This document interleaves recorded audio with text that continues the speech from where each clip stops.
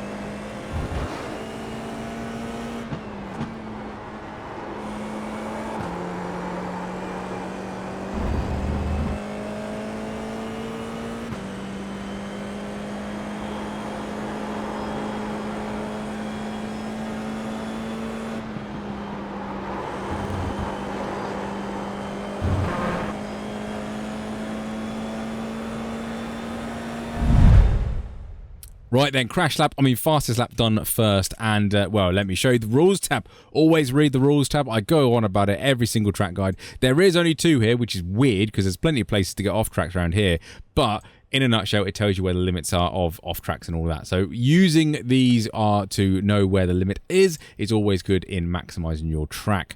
Info tab for you, we are using the Watkins Glen iRacing setup. This is the fixed series that we do follow, but I normally use these setup in the open session anyway, and a track temp of 79 Fahrenheit, which isn't too hot, to be honest, which is quite nice. Moderate usage of 45% because I got the percentage wrong. Usually it's 44, so it's 1% more rubber on the tarmac, but that can change in race sessions through seasons, so bear that in mind.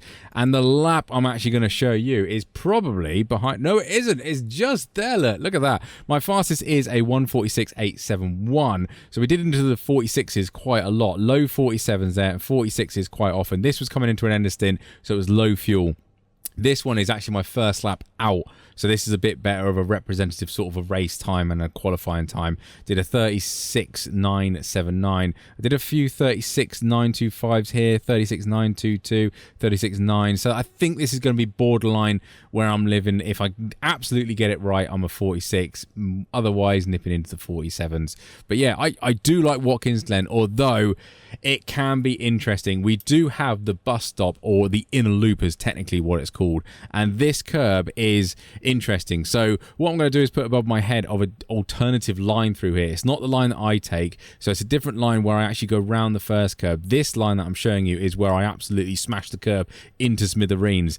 It is a little bit quicker, but it is like one of those risk to reward things. It's high risk, high reward. It's about, on my testing, it's about 0.3 quicker a lap. So if you are short about 0.3, try it. But if you don't get it right, you will oversteer into the barrier. You will hit the barrier that's just behind my car that you can't see. So it is, if you're going to run this line, which will be the quickest line, practice it. Get used to the car. You can see the arse end of the car in the air there. Get used to that translating over and then landing and then turning left for the double left-hander in the inner loop. It is quicker, but it is riskier. Now, in IR-04, generally, if you can keep it on the black tarmac and survive, you generally do quite well. So completely your decision there, but that's, well, it's probably finished now. But yeah, that's the other line above my head. Otherwise, what else do I show you? Ooh, yes, split times. Oh, what I was going to say, everyone will crash in the S's. Turn 1 down to here is a massive slipstream. Slipstream's not too powerful in this car, but people will crash in the S's. It always happens, so be cautious if you are lower down the field and you're coming through the S's on the first couple of laps. There will be crashes. Mark my words. Anyway, split times are all there for you, so you can focus on an individual sector time if you are struggling in a certain area. And I am using Garage 61, which is an online website that enables you to basically look at my telemetry in a more user-friendly way, and you compare it with your own laps as well. So I think that's quite useful. Let me know down in the comments if you are finding it useful for me using that, and I'll keep using it. If not, then I won't worry about it too much. I think that's everything. Discord above my head, OLAP, BLAP telemetry replay file all been there. If I haven't mentioned it already, probably repeating myself now, but yeah, I think that's everything. Let's crack on with Slowdown Lap. Alright then, Watkins Glen, and forgive the voice, I'm a little bit ill at the moment, but we are looking for the 200 meter board, and just as we pass it, we're standing on the brakes. Do not lock a tyre through here. Fourth gear, take a little bit of the apex curb. You can take a little bit more, but it does bottom out the car, and the exit curb here as well also does the same thing. So just make sure you get on full throttle, because we are full throttle for an awful long way. These S's are absolutely flat out. Just try and be as smooth as you can through the steering, and practice other lines. Practice going too wide through here, because there will be crashes in those corners. Guaranteed, absolute guaranteed. Anyway, we're on the straight now. Slipstream will probably be a thing here because this has slightly higher downforce than Kota. Kota had like no slipstream at all. But anyway, we are hunting for the 300 meter sign, or 300 meter yard board, whatever. Turn in, and then as you pass 100, stab on the brakes, go over the curve, down into fifth, and then mount these other curves to get around there as nicely as you can. The two left-handed curbs there do actually turn the car quite well, so you can use it, but practice that line. Definitely practice it. Coming into outer loop now, and basically we want to just try and kiss the curb here after the little service road you just saw there on the right-hand side, and ease the car out with full throttle. You can use all of that tarmac on the left, but make sure you get on before the grass starts to make your life a lot easier. There is a little tuft of tarmac there as well, just before it. We want to brake downhill for this one. This was quite tricky, actually. I was struggling to lock in the left front here, so be cautious. Hug the curb on the way around, and you can see I get a little bit of understeer here, so I need to stay a little bit close to the curb before engaging full power, because there is not a lot of exit curb, so be cautious. Bring the car over to the left-hand side now, and this is uphill braking zone, so we can brake nice and late. 100 meter board now. I take a sort of early-ish turn in to get on the camber of the corner, hug that little curb and feed in the power nicely, because you will oversteer on exit here. And as you can see, the grass is very, very thin, and there's a barrier that's right next to it, so do not run wide there in the slightest. Keep the car on the left-hand side now to the very awkward hill section of the boot. No idea. Well, I suppose it looks kind of like a boot. Anyway, before the 100 meter sign again, we're braking downhill braking zone, so be careful through here.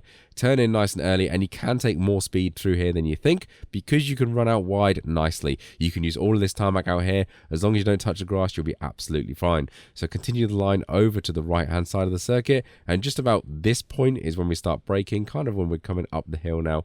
Third gear at first to get the turn in, and then I short shift into fourth because I want to try and tame the wheel spin on exit. So just hug that curb, let the car naturally drift out. You see I'm counteracting the rear end there.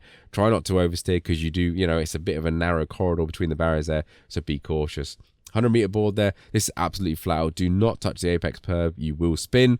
So you want to get into the camber of the corner and let the car naturally drift out. You will bottom out on that exit curb as well, so be cautious about that. The tyre barrier here on the left-hand side is our braking marker for the final corner. Little double brake here, and you can take a little bit more curb than this as well if you wish, but be careful of the wall here on the left, because it does appear quite quickly, and it's quite solid. Ask me how I know. You will destroy your car quite easily. But that is us, done and dusted. Watkins Glen. Bloody awesome, this circuit. Absolutely love it. It is good fun. There will be utter carnage around here, so make sure you see the checkered flag at least. But that's us in a 1:46.979. So yeah, that seems to be about my lap times there. I'm really looking forward to this race. I do like Watkins Glen, but as always, just look out for that checkered flag and make sure you see the ending. Otherwise, if this video did help you out, don't forget to like and subscribe. Love your YouTube stuff, and I'll catch you on the next one.